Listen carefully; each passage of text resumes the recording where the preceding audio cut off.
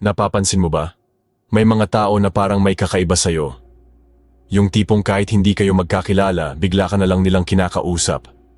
Para bang may humihila sa kanila papalapit sa presensya mo. Sa simpleng pag-upo mo sa isang lugar, may biglang nagtatanong ng direksyon.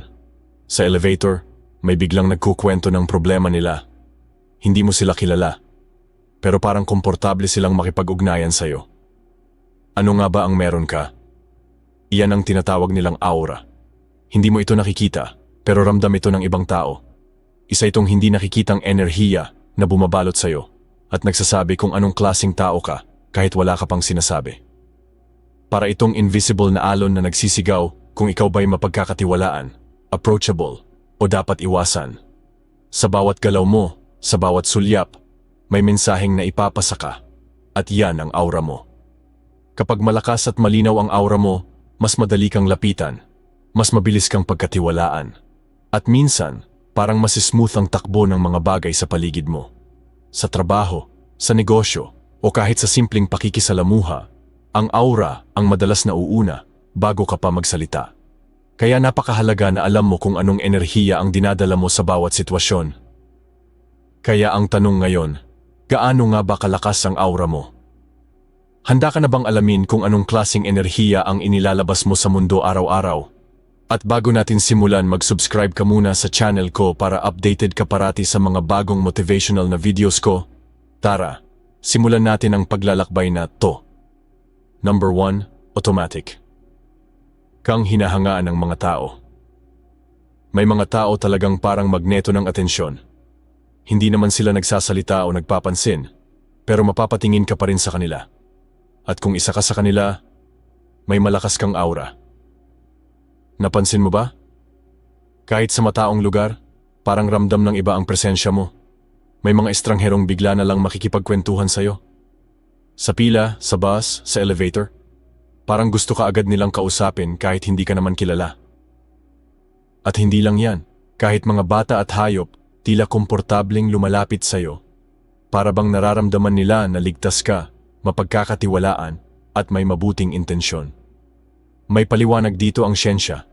Ayon sa mga pag-aaral, ang puso raw ng tao ay may sariling electromagnetic field na umaabot ng ilang talampakan mula sa katawan. Kapag kalmado, bukas ang loob, at positibo ang iniisip mo, naglalabas ka ng enerhiyang nararamdaman ng ibang tao. Kaya kahit wala kang sinasabi, naaabot mo sila. Sa pananaw naman ng mga Stoic tulad ni Marcus Aurelius, may lalim ang ganitong klaseng presensya. Ang sabi niya, ang pinakamabuting paghihiganti ay maging tulad sa kanya na nagkasala. Ibig sabihin, ang tunay na lakas ay nasa pagiging kalmado at may kontrol, lalo na kapag pinipili mong huwag gumanti o sumabay sa gulo ng iba. At ang ganitong mindset, tahimik pero matatag, hindi palaban pero hindi rin nagpapaapekto, ay lumalabas sa aura mo. Kaya ka hinahangaan. Kaya ka pinapansin. Number 2, malakas ang intuition at emotional sensitivity. May mga pagkakataon ba na pagpasok mo sa isang lugar, parang may nararamdaman ka agad na hindi mo maipaliwanag? Walang nagsasalita, pero parang may bigat sa hangin. Parang may tensyon na hindi mo makita, pero ramdam mo. Kung ganito ka, malamang ay isa ka sa mga taong may matalas na emotional radar. Kahit hindi sinasabi ng iba kung ano ang iniisip o nararamdaman nila, parang alam mo. Naiintindihan mo agad ang vibe ng isang tao, kahit isang tingin lang. Ang tawag diyan ay malakas na intuition at emotional sensitivity. Para kang may built-in na antena na nakakakuha ng signal mula sa emosyon ng iba. Pero minsan, may kapalit yan, dahil habang malapit ka sa maraming tao, mabilis ka ring maubusan ng enerhiya. Na-drain ka kahit wala ka namang ginawa. Bakit? Dahil may mga tinatawag na energy vampires, mga taong kumukuha ng lakas mula sa emosyonal mong pagbibigay. Hindi nila sinasadya minsan, pero kapag hindi mo nabantayan ang sarili mo, ikaw ang nauubos. Ayon kay Seneca, isang Stoic philosopher, we suffer more often in imagination than in reality. Ibig sabihin, kadalasan tayong nasasaktan hindi dahil sa totoo nating nararanasan, kundi dahil sa dami ng emosyon na kinikimkim natin. Karamihan, hindi naman talaga atin. Kaya mahalagang matutunan ang tools for control. Una, grounding. Ang pagbabalik sa sarili gamit ang malalim na paghinga at pag-focus sa kasalukuyan. Pangalawa, observe without absorbing. Pwedeng mapansin mo ang damdamin ng iba, pero hindi mo kailangang dalhin sa sarili mo. Pangatlo, alamin kung kanino galing ang emosyon. Ito ba ay akin? O baka ako lang ang sumalo ng bigat ng iba? Kapag natutunan mong hawakan ang sensitibong bahagi mo, hindi ito kahinaan, kundi isa sa pinakamalalakas mong sandata. Number 3, may physical effect ang aura mo. Napansin mo na ba na parang may kakaibang nangyayari sa paligid kapag naroroon ka? Yung tipong biglang namamatay ang streetlight habang naglalakad ka sa gabi. O kaya naman, nagka-crash ang gadget kahit maayos naman ito kanina? Hindi ito palaging aksidente. May mga taong may presensyang ganito. Ang kanilang aura ay tila nakikialam sa pisikal na mundo. Hindi mo kailangan magsalita, pero ramdam ng paligid ang enerhiya mong dala. May mga scientificong pag-aaral gaya ng bioenergetics, Kirlian photography, at gas discharge visualization (GDV) cameras na sumusubok sukatin at ipakita ang aura ng tao. Ayon sa mga ito, ang katawan natin ay may field ng enerhiya, at minsan, ito ay malakas na naaapektuhan ng electronics at kapaligiran. Pero hindi lang ito tungkol sa gadgets o ilaw. Minsan, nasa simpleng senyales lang, tulad ng isang barista na biglang nagbibigay ng libreng inumin sa'yo o isang estrangherong nagsasabing, iba ang dating mo, parang magaan kasama. Aura mo yan ang gumagana. Pero gaya ng paalala ni Epictetus, you are not disturbed by things but by your perception of things. Hindi lang ang nangyayari sa paligid ang mahalaga, kundi kung paano mo ito nauunawaan. Ibig sabihin, kung malakas ang epekto mo sa paligid, responsibilidad mong gamitin ito sa tama. Hindi ito para ipagyabang, kundi para maging instrumento ng kabutihan.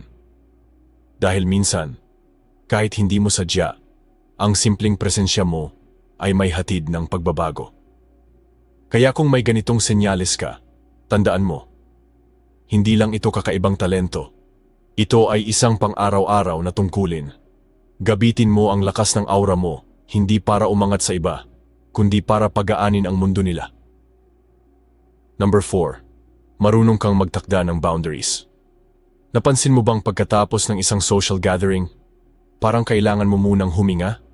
Hindi dahil sa ayaw mo sa tao, kundi dahil alam mong nauubos ang enerhiya mo kapag sobra ang pakikisalamuha. Marami ang nagkakamali. Iniisip nilang antisocial ka, pero ang totoo, may mataas kang kamalayan sa sarili mong aura. Alam mo kung kailan sapat na at kailan kailangan mong umatras para mag-recharge. Isipin mo ang aura mo na parang ilaw sa itaas ng lighthouse. Hindi ito sumisigaw, pero gumagabay.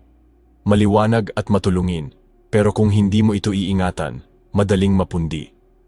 Kaya mas pinipili mong mag-isa. Tahimik na lakad, sariling kwarto, o simpleng pahinga ang mas gusto mo, dahil alam mong sa katahimikan, bumabalik ang enerhiya mo. Sa pananaw ng Stoics, gaya ng sabi ni Marcus Aurelius, ang kaligayahan ng buhay mo ay nasa kalidad ng iyong mga pag-iisip.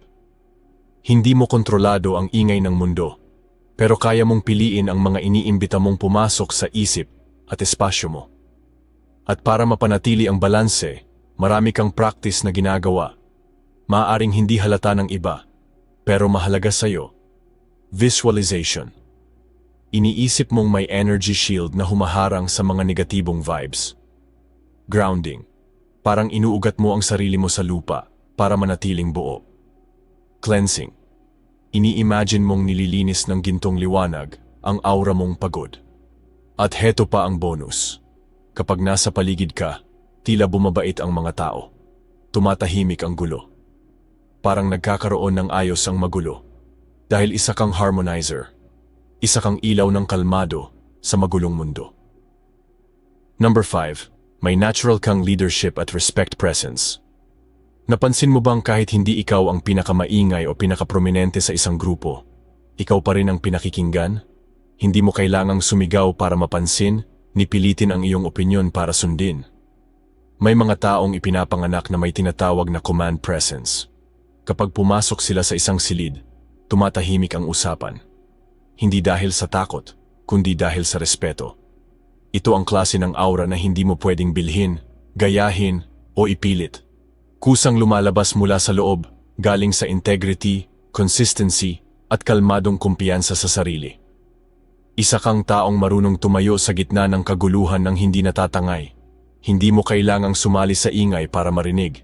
Ang kilos mo ay may bigat, at ang presensya mo may direksyon. Sa pananaw ni Marcus Aurelius, isa sa mga haligi ng Stoic philosophy, waste no more time arguing about what a good man should be. Be one. Hindi mo kailangang ipaliwanag kung sino ka. Ipinapakita mo ito sa gawa. Ang aura mo ay hindi agresibo, pero may disiplina. Hindi ito dominante, pero may dignidad. At dahil dito, sinusundan ka ng iba kahit hindi mo hinihiling. Ikaw ang klaseng presensya na nagbibigay tahimik na tapang. Hindi leader dahil sa titulo, kundi leader sa diwa. Ngayong alam mo na ang mga senyales, isang tanong ang dapat mong itanong sa sarili mo. Alin sa mga ito ang nakita mo sa sarili mo? At alin ang hindi mo napansin pero nararamdaman na pala ng iba? Ang aura ay hindi tungkol sa pagiging perpekto o pagiging mystical. Ito ay tungkol sa enerhiyang inilalabas mo sa mundo, araw-araw, kahit hindi mo namamalayan. Minsan, ang pinakamalakas na impluensya ay hindi galing sa mga salita, kundi sa presensyang tahimik pero matatag, kalmadong kumpiyansa at dignidad na hindi naghahanap ng pansin. Sabi nga ni Epictetus, alam muna sino ka at pagkatapos ay alagaan mo ang sarili mo ayon dito. Kapag kilala mo ang sarili mo, hindi mo na kailangang ipilit sa iba kung sino ka, dahil kusa nila itong mararamdaman. Kaya kung isa ka sa mga may malakas na aura, alalahanin mong may responsibilidad kang kaakibat nito. Hindi para iangat lang ang sarili mo, kundi para magbigay ng liwanag sa mga taong nawawala sa dilim. Kung nakarelate ka sa kahit isa sa mga senyales, o kung may kilala kang ganito, i-share mo ang video na ito. Malay mo, sila mismo ay naghahanap ng sagot sa kung bakit tila iba ang dating nila sa mundo.